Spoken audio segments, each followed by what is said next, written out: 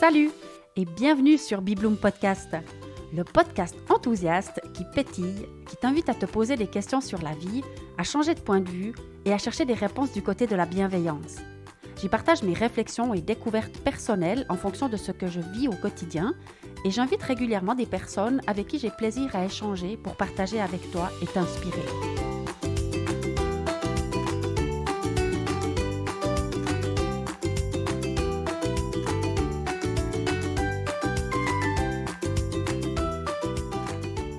Encore une belle conversation authentique, spontanée et qui met l'humain au centre dans ce nouvel épisode. Cette fois-ci, je suis allée tendre le micro à Patrick Grobetti, un multi-entrepreneur fribourgeois dont j'ai croisé le chemin il y a plusieurs années déjà. Je ne l'avais encore jamais rencontré jusqu'à ce que mon ami le hasard qui n'existe pas se mette à l'œuvre. Nous échangeons sur ses différentes passions, le marketing et l'immobilier, et sur le fait qu'il est possible de faire danser plusieurs business ensemble. En plus des conseils avertis de Patrick, il y a de fortes chances que tu découvres le concept de sérendipité. Moi, je ne le connaissais pas en tout cas. Je souhaite que notre conversation soit une bonne source d'inspiration pour toi. À tout de suite!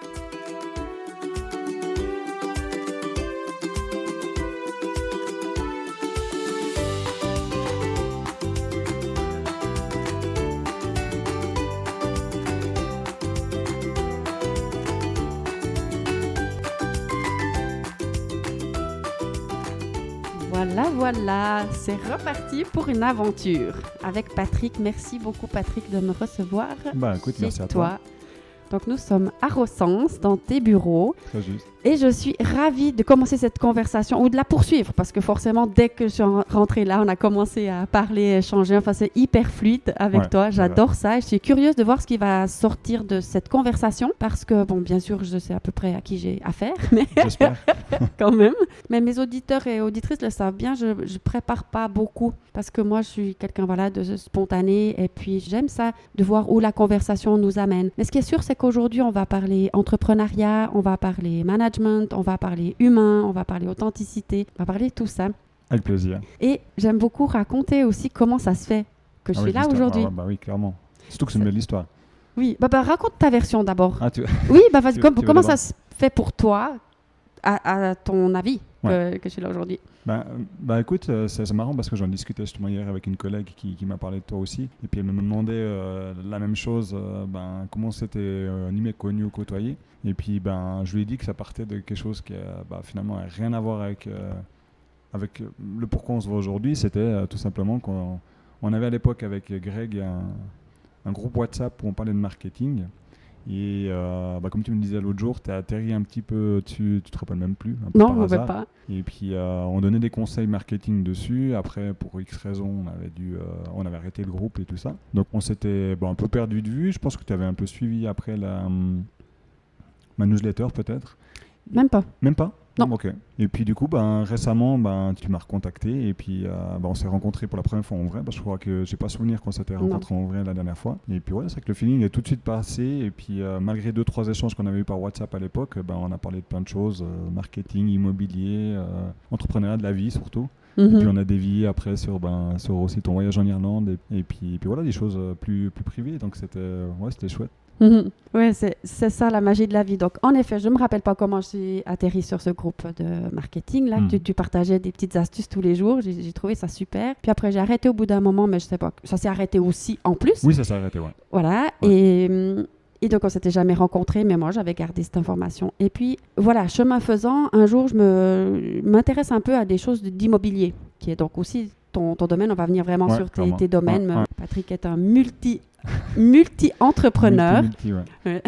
Multi. Donc, tu interviens dans l'immobilier. Moi, je m'intéressais un peu à ça et je tombe sur une vidéo d'un certain Edouard qui partage des informations sur l'immobilier. Et là, cette vidéo, elle dure une demi-heure et il y a genre 2 secondes ton portrait qui arrive au milieu de la vidéo. Je dis, punaise, je connais ce gars, mais il fait quoi dans cette vidéo-là? Enfin, parce que tu es spécialiste de l'immobilier pour le canton de Fribourg. C'était ce qui était précisé. Et là, moi, ça me fait tilt. Je dis, je dois contacter ce Patrick. Et c'est comme ça que je suis revenue. Donc, c'est toujours un peu des hasards de la vie. Puis je vois vraiment ça, ce petit flash. Il y a ton visage qui est apparu dans cette vidéo. Et puis, je me suis dit, alors je veux le rencontrer parce que quand même, il est très impliquée donc, dans l'immobilier. J'avais des questions à ce sujet-là, mais aussi dans le marketing. Bien sûr, moi, j'ai rempli de questions en lien avec le marketing. J'ai vraiment presque une aversion, moi. Une aversion. Alors, moi, c'est une passion. Donc voilà, toi, c'est une passion, moi, c'est une aversion. Ouais, contre le marketing. Et j'ai dit, voilà, j'ai pris contact avec toi. Tu as eu la gentillesse de me recevoir. On peut voir sur ton site qu'on peut prendre un rendez-vous pour travailler, en fait, avec toi. Puis moi, je me suis dit, bah tiens, j'ai bien envie de les rencontrer, mais je vais proposer un épisode de podcast en échange d'une rencontre, plutôt que de payer une consultation, en fait, avec toi. C'est un petit peu ça, pour moi. Ouais. Alors, c'est vrai que c'est des process en fait que j'ai mis en place parce que tu penses bien que l'atout des réseaux sociaux c'est d'avoir une visibilité. Le désavantage c'est que tu es sursollicité et puis que contrairement à toi qui est bienveillante et qui a une approche donnant on va dire comme ça, beaucoup de gens ils te prennent ton temps. Ils viennent là pour demander quelque chose qui est bénéfique pour eux, mais ils ne se rendent pas compte que de l'autre côté, la personne a aussi des besoins, des envies, du temps à disposition. Et puis du coup, j'ai dû mettre malheureusement ça en place. Et c'est vrai que c'est un peu plus impersonnel que de pouvoir se rencontrer à chaque fois. Mais c'était nécessaire pour justement pouvoir dégager du temps et prendre le temps avec les gens, de prendre le temps d'échanger et pas de juste faire des échanges superficiels. Donc voilà. Donc je filtre beaucoup pour avoir justement le temps nécessaire pour ces beaux échanges. Et là, moi, je t'en suis extrêmement reconnaissante parce qu'en effet, c'est des beaux échanges et on sent que tu prends le temps et que tu accueilles. Enfin, pour moi, c'est aussi très, très important ça. Du coup, c'est d'autant plus un honneur d'être là ce matin avec toi et de prendre de nouveau un temps de qualité, vraiment un temps de qualité. Alors, raconte un peu ton parcours. Donc, je sais que tu es entrepreneur depuis 2007, n'est-ce pas ? Ouais, alors oui. Oui. Alors vas-y, oui et non. Alors vas-y, raconte tout, ça sera plus simple. Je vais pas faire une biographie depuis trop loin, mais en fait un petit peu avant 2007, parce que si tu veux, quand j'étais aux études à la Haute École de Gestion, j'avais une idée avec un ancien pote de HEG, et on a créé une marque d'habits en fait qui s'appelait Rival. C'est la seule fois de ma vie où j'ai vendu des produits et non pas des services. D'accord. Donc j'ai commencé par ça. C'était une super expérience. On a commandé, on a fait nos propres logos, on a fait un premier site web. C'était vieux, c'était 2005. Il n'y avait pas encore toutes ces facilités à créer, ces outils, ces supports digitaux. Et après, on a commercialisé ça de notre côté avec notre réseau, avec notre famille et tout ça. On a commandé des nouveaux produits, on a fait une nouvelle gamme. Puis on s'est rendu compte que c'était quand même pas si simple que ça comme domaine. Et puis voilà, on a mis ça un peu de côté, on a arrêté. Et puis, mais c'était ma première expérience, je crois quelque chose comme 2005. Puis après 2007, c'était ma première vraie entreprise dans le domaine du service avec Dimension Marketing, qui était une agence marketing, si tu veux. D'accord, donc c'était le premier domaine de passion, c'était le marketing. Clairement. C'est venu tout de suite, en fait, à la fin de la HEG, j'ai commencé à lire des e-books, à l'époque on les appelait, c'est t'appelles ça des guides maintenant ou autre, enfin bref, des livres en PDF où c'était Christian Godefroy, je crois, c'est un entrepreneur, je ne sais plus s'il était belge ou français, mais qu'il habitait en Suisse. Et puis il avait lancé les premiers livres qui parlaient aussi de beaucoup comment devenir riche grâce à Internet, des trucs un petit peu maintenant qu'on trouve un petit peu vendeur de rêve et tout ça. Mais à l'époque, c'était des vraies techniques, utiliser la publicité en ligne, etc. Enfin, c'était un des précurseurs là-dedans. Puis moi, j'avais adoré ça. J'avais testé ça, puis ça marchait. Donc du coup, je suis resté passionné par le marketing en général. Et puis ça m'a permis après de créer mon agence et puis d'évoluer. D'accord. Et comment tu as atterri alors à l'immobilier ? Alors, je pourrais dire que c'est un peu par hasard, mais c'est par hasard que j'ai créé ma société là-dedans, ma première société. Par contre, c'est par hasard parce que juste après la HEG, j'ai travaillé 1 année et demie dans une entreprise générale à Bulle. Mais j'étais responsable administratif financier. Donc, j'ai beaucoup aimé le domaine. Mais en partant, je suis parti après chez Publicitas où justement, je m'intéressais au marketing, la publicité et tout ça. Ce que je viens de te dire. En parallèle, j'ai créé justement Dimension Marketing. Au début, j'étais à temps partiel. Après X années, on a fait le tour et autres. Et je recroise mon cousin que je n'avais pas vu depuis longtemps. Et il me dit, écoute, j'ai une entreprise de construction. Je vais créer une entreprise générale, on discute tout ça, on se voit une fois pour manger, et puis tout à coup je me dis mais pourquoi je ne viendrais pas faire la vente pour toi, le marketing et puis tout ce qui est administratif financier. Puis il m'a dit go. Et puis c'est un peu vraiment un hasard, un coup de que je me suis greffé sur son projet et puis qu'on a créé ensemble Artec, qui était ma première entreprise générale en guillemets. Donc c'était mon premier pied dans la promotion immobilière et puis la construction d'entreprise générale. Donc c'est un peu hasard parce que finalement ça m'avait plu quand j'étais à Bulle, là chez Forme d'Habitat, mais c'était pas non plus une passion, quoi. D'accord. Donc c'est plus par opportunité, parce que je commençais à tourner en rond dans le marketing, j'ai l'impression d'avoir fait le tour, que je me suis dit, go, on y va. Ok, donc là, tu es dans la construction générale. Voilà. C'est ça qu'on appelle Construction ça? d'entreprise Construction générale. d'entreprise générale. Ouais. Et puis après, tu ajoutes encore la vente, enfin l'immobilier, juste la vente. Enfin, il y a... Alors, si tu veux, on fait de la promotion immobilière, donc nous-mêmes, on trouve des terrains, on les achète, on met à l'enquête des projets qu'on revend derrière, puis entre-temps, on construit forcément. D'accord. Ça, c'est une partie de mon travail actuellement. Et puis après, c'est clair, on réalise les biens, donc on les construit. La vente, oui et non, c'est-à-dire que j'ai beaucoup accompagné de courtiers immobiliers à aider eux à trouver des mandats, à se développer et tout ça, en coaching, si tu veux. Par contre, j'ai effectivement une agence qui fait de la vente, mais je te cache pas que là, depuis le début de l'année, je l'ai mis un petit peu en stand-by, un peu au placard. Okay. Je me suis recentré un petit peu sur l'activité de promotion et j'ai fait un grand retour justement dans le domaine du marketing. Ouais. Oui, on va venir là-dessus parce que j'ai pris quelques notes quand même de posts que tu as mis sur LinkedIn et voilà, j'adore ces chemins où déjà maintenant tu mentionnes cette rencontre avec ton cousin que tu n'as pas vu depuis longtemps, puis paf, il se passe quelque chose, il y a une entreprise qui naît, ou un job pour toi qui apparaît de ça. Et moi j'adore, la vie elle organise tout en fait, sans arrêt c'est comme ça, c'est qu'une rencontre là qui plante une graine qui va peut-être pousser des années plus tard. Mais moi j'ai vu quand même que tu as l'un dans l'autre, tu as fondé 17 entreprises. Voilà, quand même. En gros, c'est marrant parce que je suis sorti de la HEG du coup en 2005. Bon, j'avais créé déjà une société après de Saint-Marc d'Aby, mais c'est vrai que durant ces 19 années, j'ai créé 17 entreprises. Après, c'est vraiment un multi-entrepreneur, on confirme quoi. Ouais, après je dis toujours le chiffre est pas vraiment important parce que certains ils ont créé une grosse société. Moi j'ai créé une multitude de petites sociétés. Enfin quand je dis petites, c'est à mon niveau. Et puis c'est vrai que certaines ont marché, d'autres n'ont pas marché, d'autres j'ai revendu, d'autres j'ai arrêté, d'autres etc. Mais c'est plus parce que je me rends compte aussi que j'ai besoin assez fréquemment de nouveaux challenges, de nouveaux projets et tout ça. C'est pas pour être toujours en guillemets suroccupé et tout ça, c'est juste parce que je pense qu'il y a tellement de belles choses à découvrir en fait sur Terre que pourquoi se cantonner à faire la même chose pendant 40 ans, c'est ce qu'on discutait tout à l'heure. Et puis j'adore en fait soit avoir plusieurs projets toujours en parallèle, soit avoir plusieurs sociétés. Donc actuellement, je te rassure, j'en ai pas 17. Hein. D'accord. J'en ai en guillemets plus que 7, mais comme je dis toujours aux gens, c'est pas le nombre parce que finalement, comme je te dis, certaines personnes gèrent des boîtes de 200, 300 employés. Moi, c'est pas le cas, c'est des petites sociétés, on est 2, 3 et du coup, ça nous permet d'être hyper flexible. Ce que j'étais pas encore à l'époque non plus, et de pouvoir gérer différents projets, différentes choses qui fait que c'est plus passionnant que de faire tous les jours la même chose avec la même équipe, tout ça. Moi, c'est pas ce qui me passionne le plus. Ouais. D'accord. J'aimerais bien venir sur justement un petit peu les derniers partages que tu as fait où tu parles beaucoup justement on sent beaucoup ta propre évolution, ton propre parcours, tes propres compréhensions de la vie, ton évolution personnelle, à quel point elle est utile pour l'entreprise. Par exemple, il y a un post où tu évoques à quel point tu avais une structure un peu militaire, comme ça. Hein? Ouais. Ton programme était organisé, lundi on fait ça, mardi on fait ça, on consacre tac, tac, tac. Enfin, tout est mis dans des cases et puis c'est bien organisé. Puis j'adore parce que tu dis que tu as cassé un petit peu ça, tu vas l'expliquer toi-même mieux, et puis que du coup, tu es plus efficace.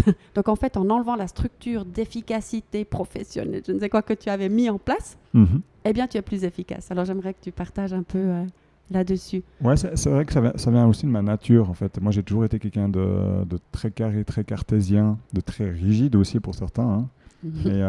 Et c'est vrai que j'avais l'impression que pour gérer plusieurs sociétés, plusieurs projets, il fallait être très rigide et avoir une structure très carrée.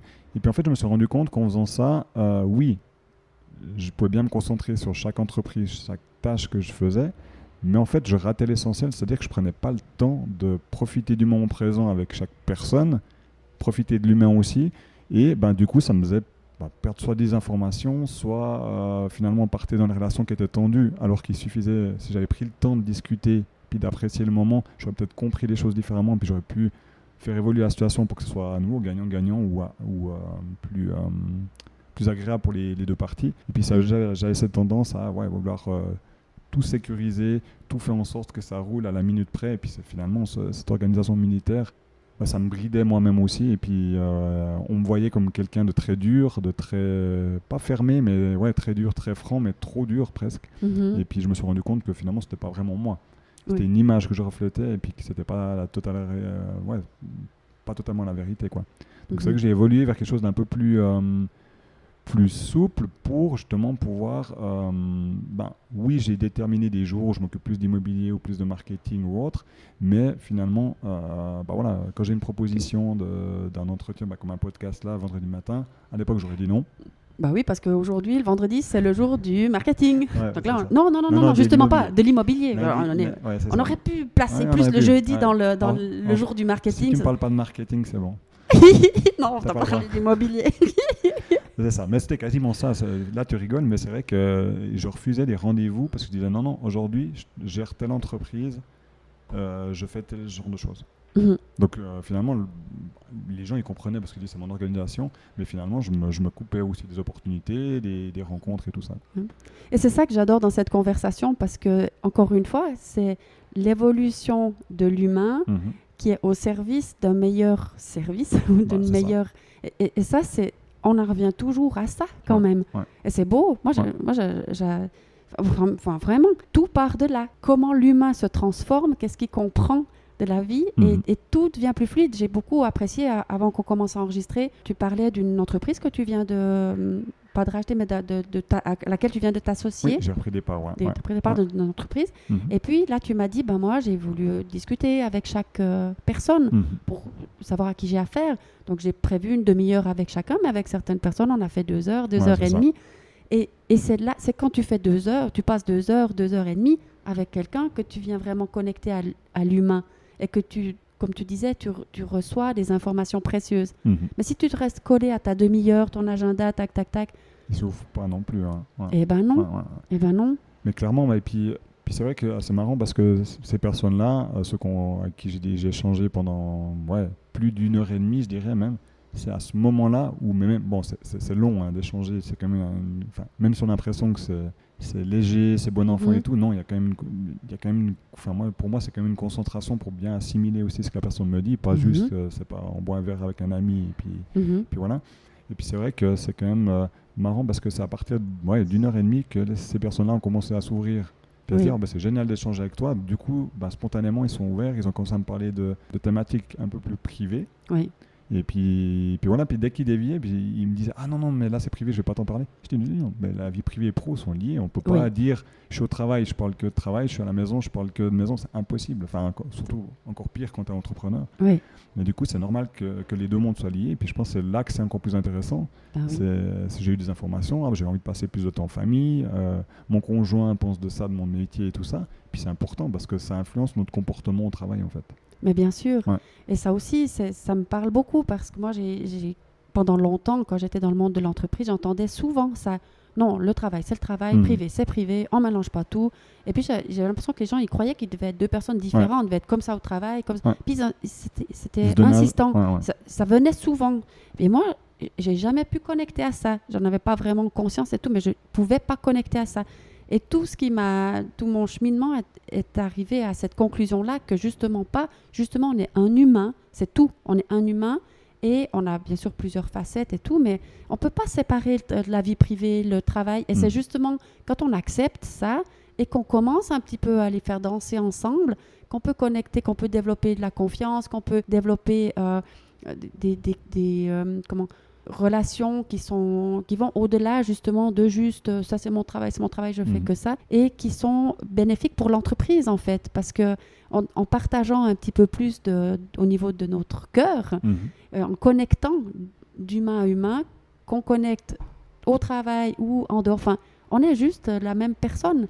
Ouais, c'est ça. Et puis plus on accepte ça plutôt que de tout mettre dans des cases, c'est lié, c'est clair. Et puis on évite de jouer un jeu, comme tu disais, parce que moi, mes premières années, j'ai pas été très longtemps salarié, mais je m'habillais, je me comportais différemment que dans la vie privée. Et puis au bout d'un moment, je me suis dit, mais non, ça me convient pas. Donc au bout d'un moment, je suis moi-même. Et puis, ma foi, si ça joue pas dans cette entreprise, ça jouera dans une autre. Si ça joue pas avec telle personne, on peut pas aimer tout le monde, on peut pas être bien avec tout le monde. Et puis finalement, en me comportant comme moi-même tout le temps, avec des petites nuances quand même. Hein. Oui, petites. Ouais, petites. Du coup, c'est parfait. Il y a des gens qui me correspondaient, sont rapprochés de moi. Ceux où c'était compliqué, on a un peu coupé les ponts ou pris des chemins différents. Et puis c'est pas grave, c'est comme dans la vie privée. Ça va pas avec notre conjoint, notre conjointe. Des fois, c'est mieux de lâcher l'affaire plutôt que s'obstiner. Et puis voilà, donc je pense que c'est plutôt effectivement une évolution qui est positive de juste être soi-même dans tous les cas, parce que finalement, sinon, de toute façon, un jour ou l'autre, ça nous pèse ou ça a une influence négative. Quoi. Ouais. Et puis juste de rester concentré sur ça. Moi, j'ai l'impression que le travail de chacun sur cette planète, c'est ça, justement, c'est de connecter le plus possible à qui on est et d'être soi-même tout le temps. Ouais. Donc, on disait, on fait des petites nuances, mais de plus en plus petites, mais peut-être qu'on pourrait arriver à ne plus en faire des nuances, parce qu'en fait, plus on se rapproche de qui on est et plus on est soi-même à chaque instant, plus on attire des gens qui connectent à ça, qui peuvent accepter. Et puis les autres, ma foi, c'est OK, ça fait jamais... Quelqu'un qui ne connecte pas à nos idées ou à notre... Ça fait jamais de lui ou elle une personne, une mauvaise personne. Mais juste pas pour nous, quoi. C'est ça. Donc, et puis quand plus on est connecté à vraiment qui on est et qu'est-ce qu'on aime faire et nos passions aussi. On va venir après sur ça, un autre de tes posts. Et nos passions et qu'on reste à chaque instant soi-même, mais je sais pas, tout se fluidifie autour de nous. C'est vraiment une question d'énergie. On attire ce qu'on dégage. Enfin, moi, je l'observe de plus en plus. Je dis, finalement, voilà. J'ai dit souvent que ça fait 10 ans que je travaille à plein temps sur être une meilleure version de moi-même ou la personne que j'ai envie d'être. Je dis, mais ça, c'est le meilleur job que j'ai fait dans ma vie, en fait. Ouais. Mais parce que tout autour se change, en fait. Clairement. C'est paraît peut-être un peu bizarre je sais pas, à le comprendre comme ça, mais toute cette conversation me fait encore plus prendre conscience. Mais oui, chacun devrait faire ce job-là et suivre son cœur, suivre ses passions, être soi-même. Et justement, là, tu as partagé aussi un post où tu t'es éloigné un peu de ta passion pour le marketing, en tout cas un certain temps. Ouais. Tu as mis plus d'énergie sur l'immobilier, puis ça t'a un peu rattrapé parce que tu aimes ça, le marketing. Et puis, dans le post qui m'a beaucoup touchée, c'est que tu dis que tu mélanges tes passions, les deux, et elles sont mélangeables, vraiment. Ça. Et pourquoi on ne le ferait pas? Raconte ça. C'est vrai que, comme tu dis, c'est par opportunité. Comme que je disais, je suis parti dans un domaine qui n'est pas mon domaine de passion, mais qui est un domaine d'opportunité, on va dire. Et c'est vrai que c'est toujours la même chose. J'ai toujours besoin de tester des concepts marketing, d'essayer des nouvelles choses, tester des outils en ligne, plein de choses.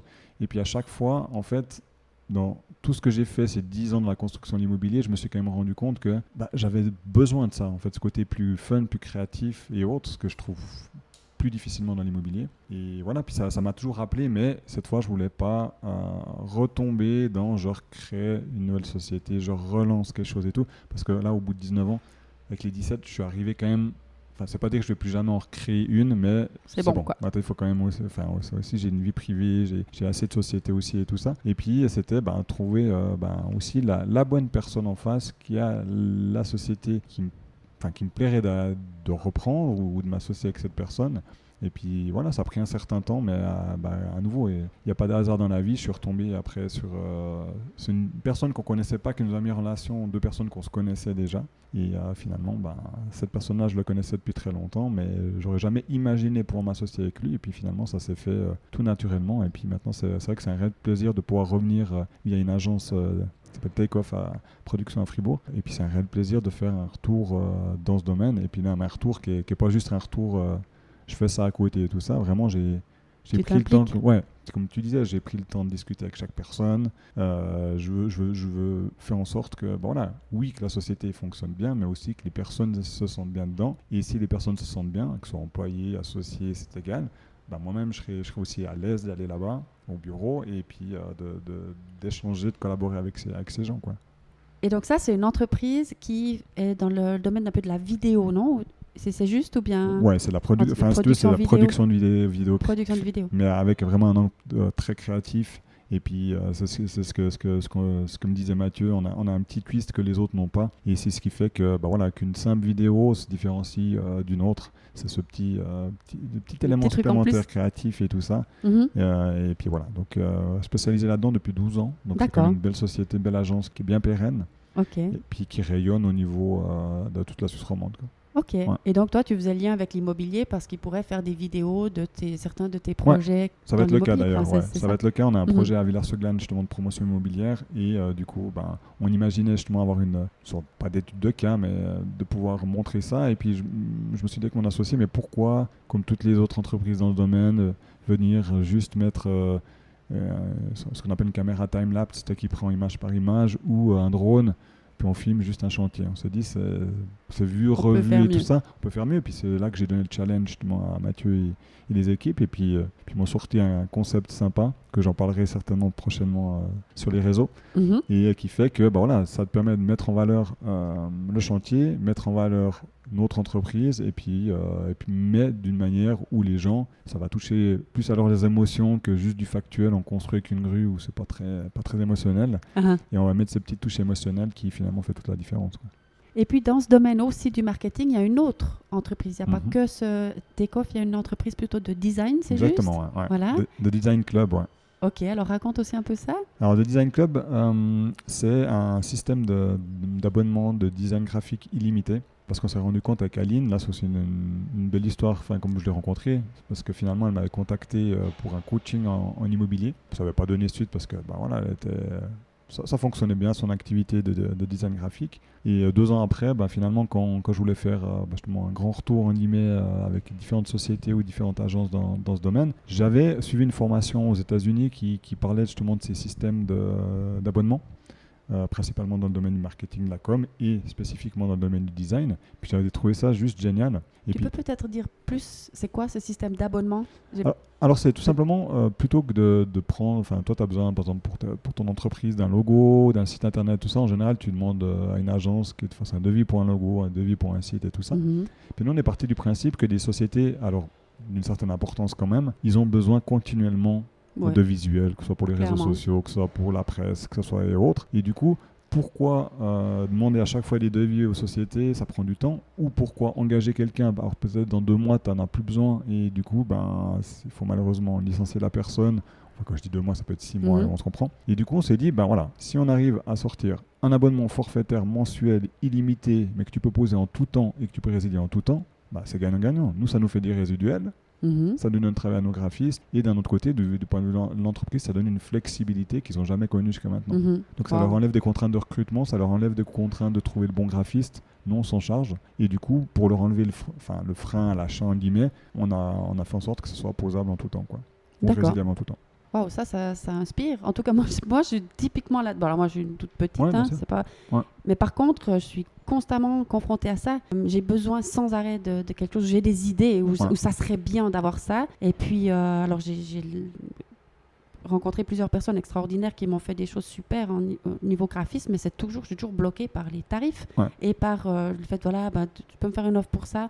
Oh là là, mais est-ce que vraiment je peux me permettre? Puis moi, je rêve de ça depuis des années. Je dis, mais je sais qu'un jour, j'aurai plus à me poser la question, est-ce que je peux ou pas avoir ça? Parce que je veux sortir de ce truc-là, dire, mais je veux plus que ça soit une question dans ma vie. Est-ce que je peux me permettre l'image dont j'ai besoin? Et puis là, c'est bon, on n'a pas du tout parlé de tarif, c'est quoi l'abonnement mensuel? Mais par contre, le concept ou l'idée, c'est très inspirant en fait. Et ça fait un peu waouh, en effet, ouais. Puis comme je dis, tant que ça résout une vraie problématique, je te demande une typologie de société, enfin d'entreprise et autres, c'est gagnant-gagnant parce que finalement, eux, ça leur enlève du temps de recrutement, ça coûte de toute façon moins cher qu'un graphiste chevronné en interne, moins cher forcément qu'une agence. Mais l'argument, c'est pas que le moins cher, c'est que ça te fait aussi économiser du temps, puis tu as directement affaire à des top designers. Et puis, pour en revenir, c'était vraiment...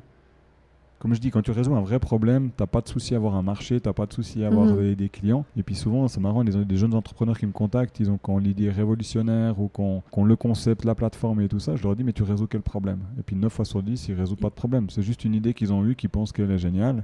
Et puis je leur dis next. Enfin moi ça m'intéresse pas parce que si tu résous pas un vrai problème, peut-être tu auras un marché, un petit moment, des choses tendances et tout ça, mais pour moi ça n'a pas d'intérêt.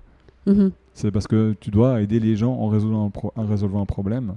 Et puis si tu fais ça, c'est plus simple pour ta société. Et puis c'est cool parce que finalement, ça aide réellement l'autre entreprise. C'est pas juste un petit objet de mode ou qui ne sert pas à grand-chose si ce n'est à faire joli, quoi. Ouais. C'est là la puissance de ton marketing. Puis c'est vrai que des fois, on dit toujours... le meilleur des marketing, la meilleure des communications ne masquera pas un service ou un produit de mauvaise qualité ou inutile. Même si des fois, ça fait mal pour les gens qui sont en face. Ça m'est arrivé de dire, alors pas autant sèchement, mais ça m'est arrivé de faire comprendre, mais si ça fonctionne pas et tout, c'est juste parce que peut-être t'es trop tôt, peut-être il n'y a pas de marché, ou peut-être que que t'es nul, sert à quoi. rien, quoi. Mais des fois, ça sert à rien. Ouais. C'est des effets de, je sais pas moi, enfin, j'ai pas d'exemple comme ça, mais il y a souvent des jouets pour enfants, tu sais, les effets de mode, les toupies, ou je sais plus comment ça s'appelait. Ouais.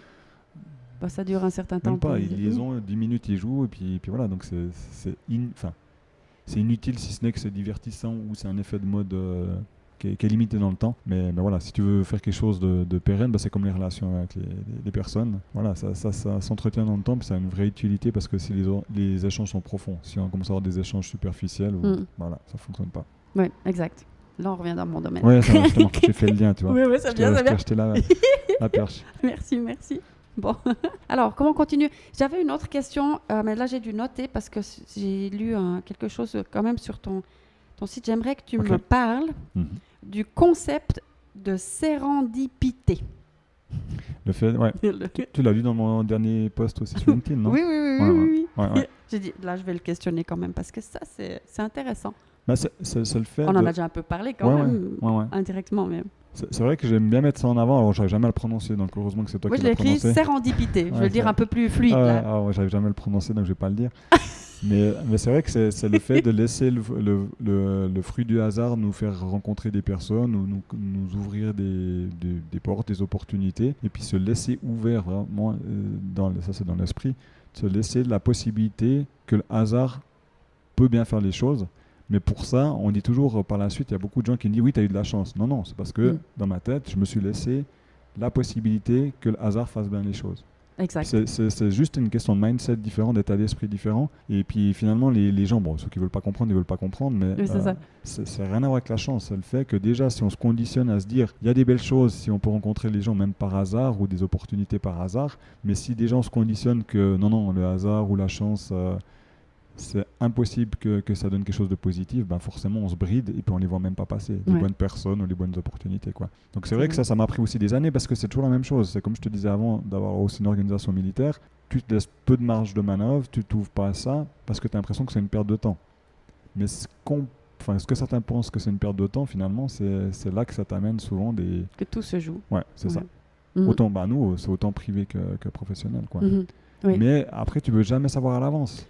Ah non. Faut juste rester ouvert. Bah ouais, parce que si on passe 2 heures ensemble, oui, on peut avoir passé un bon moment, mais ça n'a rien créé de concret maintenant.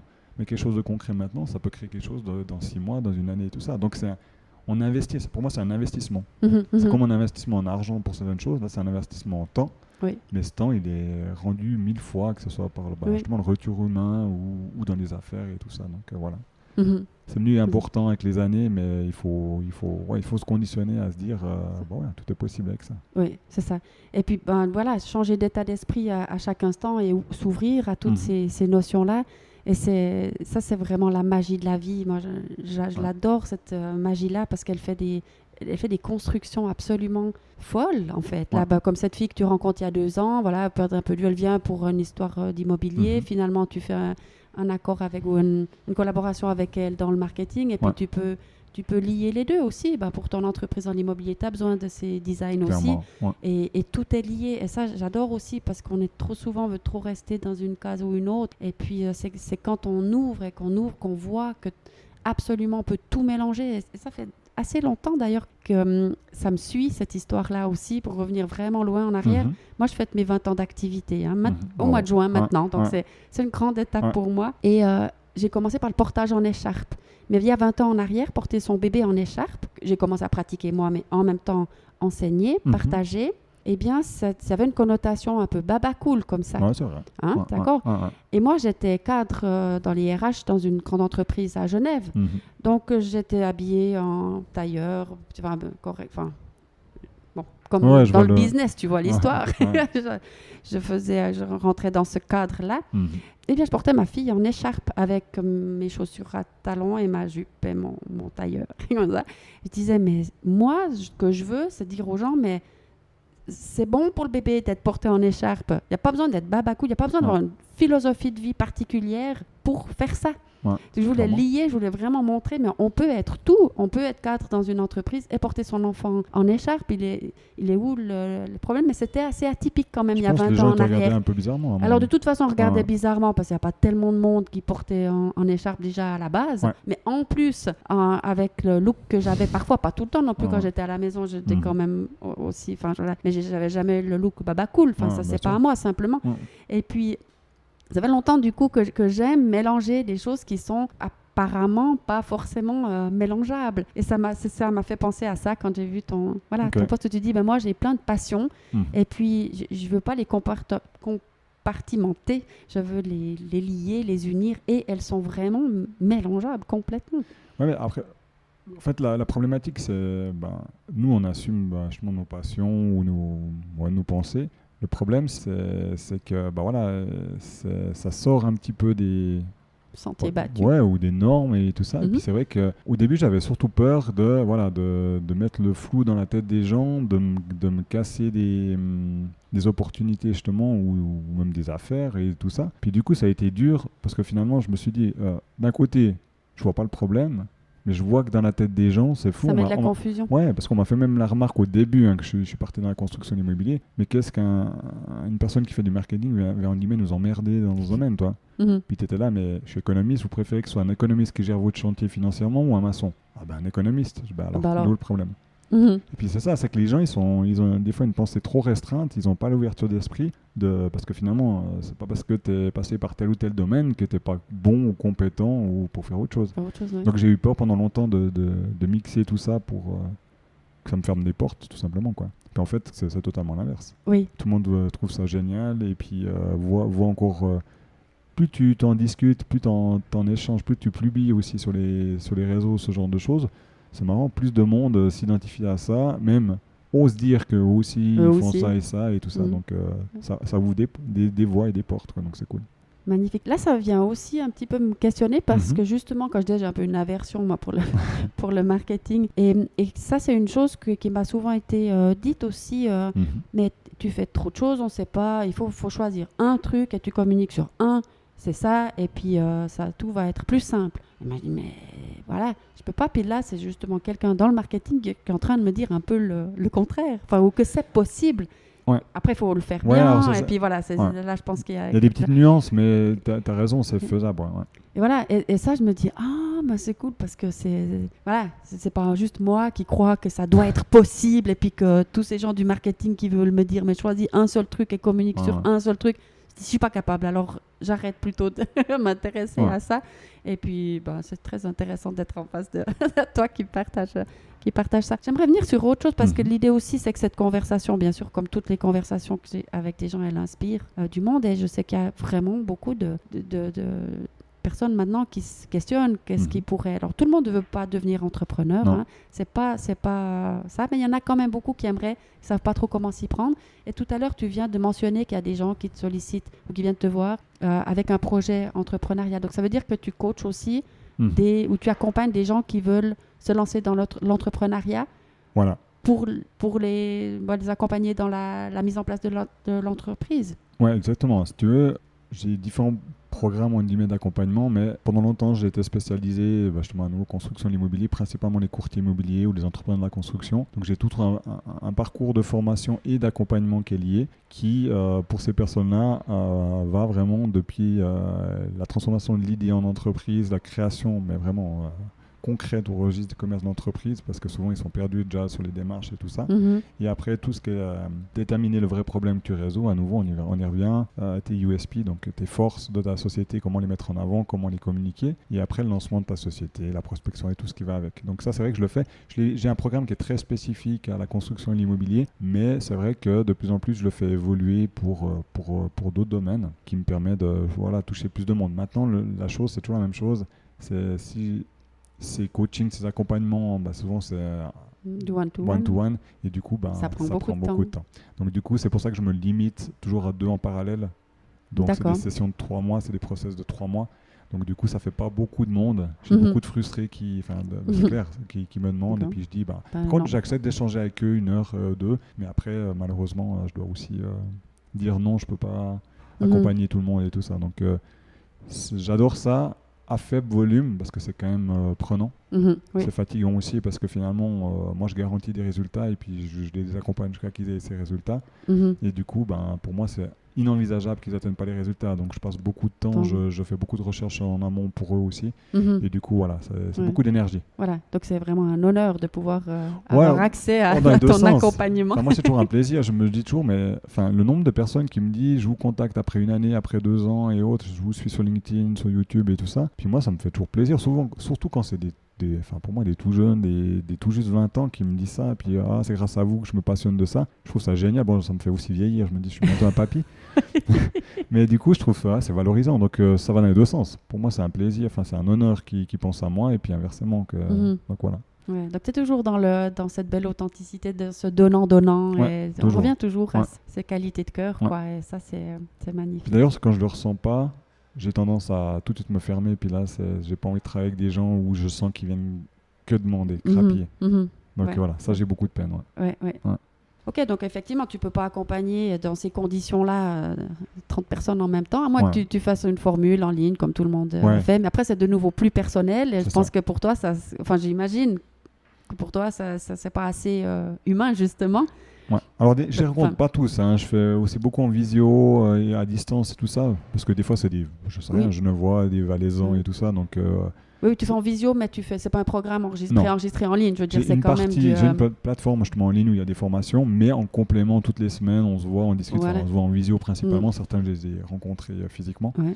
Par contre, ce qui est positif avec ça, c'est que tous sont restés des partenaires. C'est-à-dire que j'ai essayé. Si j'ai une affaire dans la région, c'est eux qui vont en bénéficier et tout ça. Parce que je dis, c'est à nous gagnant-gagnant. Et puis le but, c'est pas, ils viennent juste là, ils me payent, je fais mon travail et puis après ils partent. C'est le but vraiment de tisser aussi des liens et puis former des gens qui pourront être mes futurs partenaires aussi et tout ça. Puis du coup, c'est ça qui est positif, c'est que je garde contact avec tous. Ouais, quasiment tous, tous. Et du coup, ça démontre que, oui, il y a une demande business derrière, mais après, il y a encore plus que ça, quoi. Oui. Aussi, nous, la relation humaine avec les gens, puis la confiance qui se crée. Oui, magnifique. Donc, tu ne peux pas en accompagner plus que tant. Non. Et alors, qu'est-ce que tu pourrais donner aux auditeurs et auditrices de Bibloom Podcast comme conseil, quelqu'un qui voudrait se lancer comme entrepreneur ou qui voudrait même à petite échelle ou une entreprise plus importante? Qu'est-ce que tu peux offrir là comme conseil? Le premier, c'est ce que j'ai répété déjà plusieurs fois, c'est déjà, c'est faisable de créer sa société par passion et je pousse les gens à le faire malgré qu'on dit des fois que oui, non, il faut plutôt trouver un business rentable et tout ça. Pourquoi je pousse les gens à créer un business passion? Parce qu'au moins ils seront capables de le faire pendant des années. S'ils se forcent dans des domaines qui sont compliqués et autres parce qu'ils pensent qu'ils vont gagner beaucoup d'argent ou autre, ou je ne sais pas ce que c'est leur finalité, c'est mal parti. Déjà, je rebondis là-dessus. Le faire pour l'argent, c'est déjà perdu d'avance parce que finalement, on le fait à court terme. On sait que l'argent, c'est un facteur de motivation. C'est rarement un facteur de motivation à partir d'un certain point. C'est plus un facteur de démotivation si on se compare aux autres. Et donc, je dirais vraiment faire par passion, pas penser trop à l'argent non plus, mais par contre, résoudre un problème. Je sais que j'insiste chaque fois là-dessus. On a beau penser qu'on a l'idée révolutionnaire et tout ça, si on ne résout pas un problème, ça va être des fois difficile d'avoir un marché. Donc, peut-être vous aurez un marché dans 5-10 ans, puis vous serez déjà plus là. Vous aurez déjà arrêté avant. Donc vraiment résoudre un problème. Et puis après, dès le début, ne pas hésiter à s'entourer très vite, que ce soit d'un mentor, que ce soit discuter avec des gens plus expérimentés. J'aime pas trop ce terme parce qu'on a de l'expérience chacun à un autre niveau, mais plus à très rapidement essayer de confronter son idée à quelqu'un, soit un mentor, soit quelqu'un du marché, et pour avoir rapidement des retours en fait du marché. Parce que ça permet de, plutôt que développer dans son coin une idée, un produit, un outil, et puis après le confronter au marché, puis on voit qu'il n'y a pas de marché où c'est compliqué, de directement avoir les feedbacks du marché pour pouvoir améliorer la chose, optimiser la chose, et puis vraiment mettre après tout le paquet de communication et de marketing sur ce qu'on appelle un MVP. Comment dire ça en français? C'est le service minimum ou le produit minimum qui permet d'être commercialisé, on va dire ça comme ça. Et du coup, ça permet de très rapidement de pouvoir mettre l'input et la force et le budget sur quelque chose qui marche ou qui est censé marcher à large échelle. Donc voilà. D'accord. Puis ce mentor, on le trouve. Ça, c'est des fois pas si facile à trouver en fait.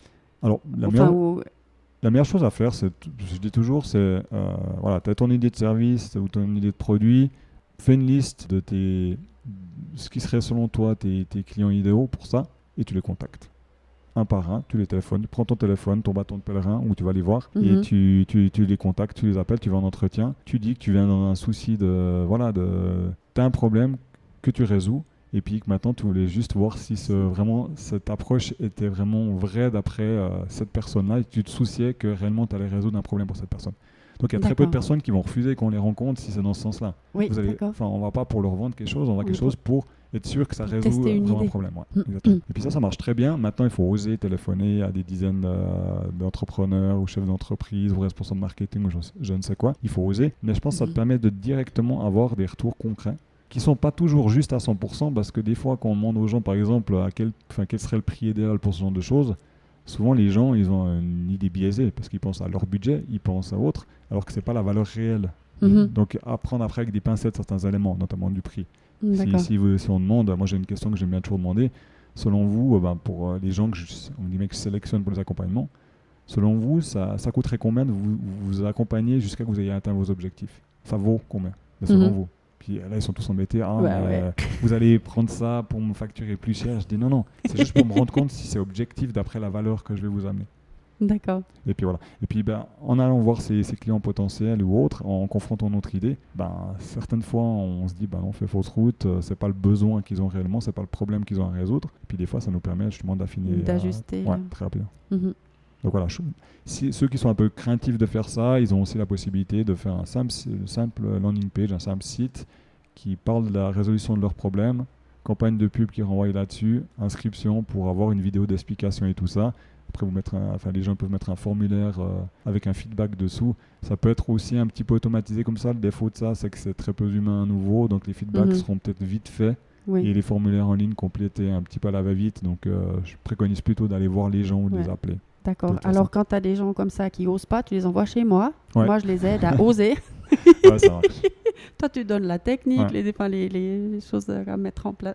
Puis après, moi, non, mais là, en fait, on n'est pas chez des gens qui viennent chez toi. On est en train de donner un conseil. Mais enfin, voilà, on est complémentaires aussi sur ces questions-là. C'est vrai que des fois, il faut jeter à l'eau et on n'ose pas. Et on est plein de blocages, de freins, de fausses croyances, de manque de confiance en soi et tout. Donc là, voilà, tu envoies chez moi. C'est ce qu'on disait tout à l'heure. C'est finalement, si on n'ose pas demander aux humains leur feedback sur ce qu'on propose, c'est pas les machines qui vont nous remplacer. On parle beaucoup d'intelligence artificielle, mais ce qui leur manque, c'est le côté émotionnel qui fait qu'on sait que les décisions sont majoritairement émotionnelles.